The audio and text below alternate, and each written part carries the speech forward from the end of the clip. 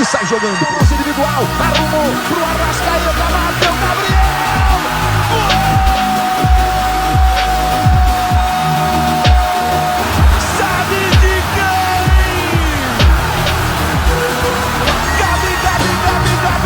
Gabigol! É o nome da emoção! Gabigol!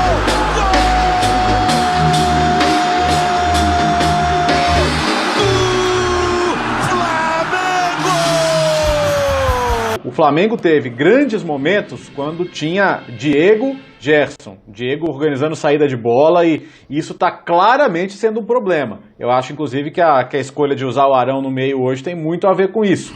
Mas ele perde muito atrás, porque o Bruno Viana realmente não entrega o mínimo nível esperado nesse momento. Tanto que acaba tendo a modificação no intervalo e ele até se defende da escolha, mencionando que os gols saem depois. Mas não quer dizer que a escolha tenha sido feliz, porque por pouco, né, o Atlético não tinha feito gol no primeiro tempo. Agora, outra questão é que mesmo assim, a postura sem bola do Flamengo, o espaçamento do time, a demora na reação no momento pós-perda, que sempre foi um ponto forte do time nos melhores momentos, né? O Flamengo é um time que recupera a bola rápido, que não deixa o adversário sair. Se a gente pensar no lance do segundo gol, que o Hever tem calma, tranquilidade para levantar a cabeça e fazer aquele lindo lançamento ali pro Mariano, ou a facilidade que o Zarate tem na entrada da área para dar um toque de calcanhar e criar esse gol que a gente está vendo aí. Então, tem coisa que não está arrumada. Não está arrumada. E aí é postura dos jogadores? Mas também é trabalho do técnico. Inclusive, garantir que a postura dos jogadores seja melhor. Então eu acho que tem os dois lados. É muito difícil realmente jogar sem dois jogadores que eram tão fundamentais para o funcionamento da máquina. Esse é o ponto em que eu o absolveria. Mas os comportamentos sem bola do Flamengo estão muito problemáticos. E tanto é, né, Paulo Calçade, que o Rogério tenta encontrar a solução para o melhor futebol do Flamengo, do primeiro para o segundo tempo, mexendo exatamente, apostando ou tendo de apostar em jovens jogadores, né? O Flamengo termina o jogo com um meio de campo muito jovem, com alguns jogadores entre os mais jovens do elenco, num jogo tão importante contra o Atlético. Quer dizer, é um time... Hoje tudo bem, né? Recebeu Isla, Arrascaeta, que estavam recentemente na Copa América de volta, mas é um time ainda meio, um tanto quanto desfigurado pelas ausências citadas pelo Léo e Gabigol, por exemplo, né, Paulo? Paulo, tem uma situação aí muito difícil no Flamengo, né? O culpado de tudo é sempre o Rogério, embora ele não possa ser absolvido de tudo. Mas hoje, aquela ideia de Flamengo que ele conseguiu criar e ganhar o Campeonato Brasileiro com ela, que ele manteve. Se perguntar para o Rogério qual é teu time, ele vai falar. Do meio de campo para frente tem Diego, Gerson, já era, tem Everton, Arrascaeta, o Bruno e o Gabigol. Esse é o Flamengo que ele idealizou e conseguiu fazer jogar. E que ele imagina, ele quer, porque é o Flamengo de posse, que procura amassar os adversários. O que ele tinha de ruim nesse Flamengo? Que não funcionava. Defensivamente não era uma grande equipe. E esses problemas o Flamengo tem sofrido com isso. Agora ele perde, apesar dos problemas defensivos, ele conseguia de certa forma, na verdade era um equilíbrio pela agressividade que gerava com este formato que ele criou. Compensava uma defesa ruim, mas também não dá para viver assim. Tem dia que você não vai conseguir. Agora, ele teve a defesa com problemas e não conseguiu encontrar aquele time no centro do campo, que tem o Ilharão, começa o Arão como volante, João Gomes, um lado esquerdo que passa Michael, que o Arrascaeta circula mais, né, do que... Não é aquele Arrascaeta grudado na beirada, né? Um Arrascaeta que não... Porque se ele buscasse o lado esquerdo o tempo todo, era o Bruno passando ali, tinha o Felipe Luiz passando ali, tinha também o Michael passando ali e o time do outro lado, o Isla. Então, o Rogério, ele buscou soluções. No jogo de hoje, assim, o Mateuzinho poderia começar como titular? Poderia. O Mateuzinho tem condição de ser titular? Pelo que estava jogando o Isla, sim. Até nesse formato aqui, pensar o Mateuzinho até na segunda linha.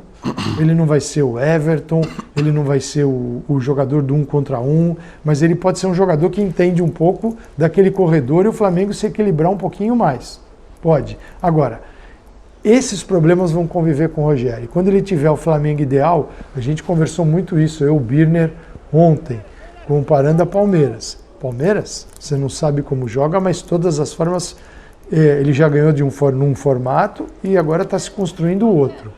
O Flamengo tem um formato, que o Rogério pensou. Sem aqueles 11, começa a ter problemas. E ninguém ganha brasileiro assim. Não ganha brasileiro assim. E o Palmeiras, o Abel já viveu esses dias de Rogério Ceni. Depois de Libertadores. Foi. Agora é o líder do campeonato. Mas a conta do Rogério está ficando pesada. O Palmeiras, só para fazer uma comparação, Palmeiras já, só para o torcedor entender o que a gente discutiu, eu e o professor Calçade ontem, e a gente concordou, o Palmeiras já ganhou, já doou em 5-3-2, 5-4-1, 3-4-3, 4-1-4-1, 4-2-3-1, 4-3-3, só para citar alguns sistemas, todos bem encaixados. Todos bem encaixados. E o tempo de trabalho do Abel e o tempo do Rogério são parecidos. Né? O trabalho tático do Palmeiras é um trabalho muito mais completo, pleno, que o trabalho do Flamengo. E eu acho que esse elenco do Flamengo pode oferecer mais. Eu entendo perfeitamente a queda de rendimento por causa dos desfalques. Eu concordo com o Rogério sobre isso. Mas também, quando tinha o time inteiro, o time ganhava o jogo muito mais por conta das individualidades várias vezes. E outra coisa, o Flamengo perdeu o jogo contra o Juventude num campo atípico, né? Ali é uma situação à parte, não dá para colocá-la. Mas o Flamengo cai de rendimento contra o Fluminense, perde o segundo tempo do Fluminense, perde no segundo tempo contra o Bragantino, e hoje mesmo, fazendo o segundo tempo equilibrado, ele teve um momento de apagão, que o Atlético aproveitou muito bem, fruto, obviamente, do que o Atlético conseguiu construir, qualidade. Savarino jogou bem esse jogo, jogou bem a partida anterior também, né? Jogou na semana passada, no meio de semana ele fez uma senhora partida, mas de novo no segundo tempo o Flamengo perde o seu jogo. E tudo isso não pode ser coincidência. Eu acho que o time precisa se adaptar mais às circunstâncias. Quando o professor Calçade, por exemplo, cita a possibilidade de ter um lateral, o Mateuzinho, jogando na segunda linha, ele vai ter chegado e vai fechar um pouco melhor ali se ele perceber que está vulnerável. E isso passa muito pelo treinador. Eu concordo com o Jean quando o Jean fala, não é para demitir. Eu não sou eu raramente você vai me ver falar que tal treinador tem que ser demitido. Isso é muito raro, muito raro. Agora, eu acho também que essa resposta tem que vir do mercado. Né? Você olha o mercado atual de técnico, você fala, não, vai trocar para quê? Se o Flamengo tiver alguma solução especial, diferente, aí eu entenderia a troca, caso a direção esteja insatisfeita e realmente os jogadores não consigam assimilar o que o técnico pede. Porque outra coisa que o Calçade fala muito, e eu concordo plenamente, aderência ao trabalho. Às vezes o técnico pede coisas que não acontecem 1, 2, 3, 4, 5 vezes.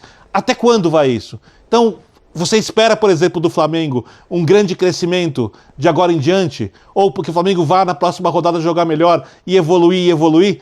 Se você não espera isso, você precisa olhar para o técnico com ressalvas. Talvez não demiti-lo. Não acho que esse seja o caso. Mas você precisa olhar de um jeito crítico e pensar olhando também para o mercado, Jean. O problema é que eu me lembro claramente de uns 3 ou 4 programas em que, inclusive, eu fui o mais moderado em relação aos elogios àquilo que o Flamengo tinha feito, e eu me lembro de programas em que a gente senta aqui e a gente elogia a evolução do Flamengo e fala, agora parece que o time está se encaixando, o time está pegando... Eu não consigo conviver mais com essa gangorra de avaliação de treinador, assim, ou de, sabe, tudo é o treinador, é um técnico-centrismo que a gente vive, tudo é questão de... Isso eu concordo contigo. Acho que assim, se a questão é física, se o time cai no segundo tempo, será que isso é só o treinador também? Será que a gente vai ter que olhar sempre apenas para o treinador? Se um jogador de repente passa a render mal de uma hora para outra, com diferenças notáveis em relação ao que vinha acontecendo e o que acontece agora, será que isso é tudo culpa do treinador? Eu não sei, eu acho que assim, não existe um lugar no mundo em que a gente atribua sempre tudo ao trabalho do treinador, ao trabalho coletivo. É até uma ironia, porque o Brasil está longe de ser o lugar com os melhores técnicos, o Brasil está longe de ser o lugar onde os técnicos fazem de fato a diferença, em geral não faz. Eu até digo sempre que o sucesso ou fracasso de técnicos no Brasil, ele é absolutamente aleatório. Agora, apesar do técnico fazer pouca diferença muitas vezes no futebol brasileiro, tudo é o técnico. As vitórias é porque o técnico é genial, as derrotas é porque o técnico é uma besta. Então realmente eu não consigo, é uma coisa que acho que acontece o tempo todo com todos os times e é um negócio que tem me incomodado. Talvez eu esteja fora do... Mas tudo bem, vamos embora. Jean, não, Jean, assim, a gente está num meio altamente nocivo para qualquer tipo de trabalho, até para opiniões equilibradas. A gente sabe como é que é o nosso dia a dia, né? Como é difícil, né? Você trabalhar dentro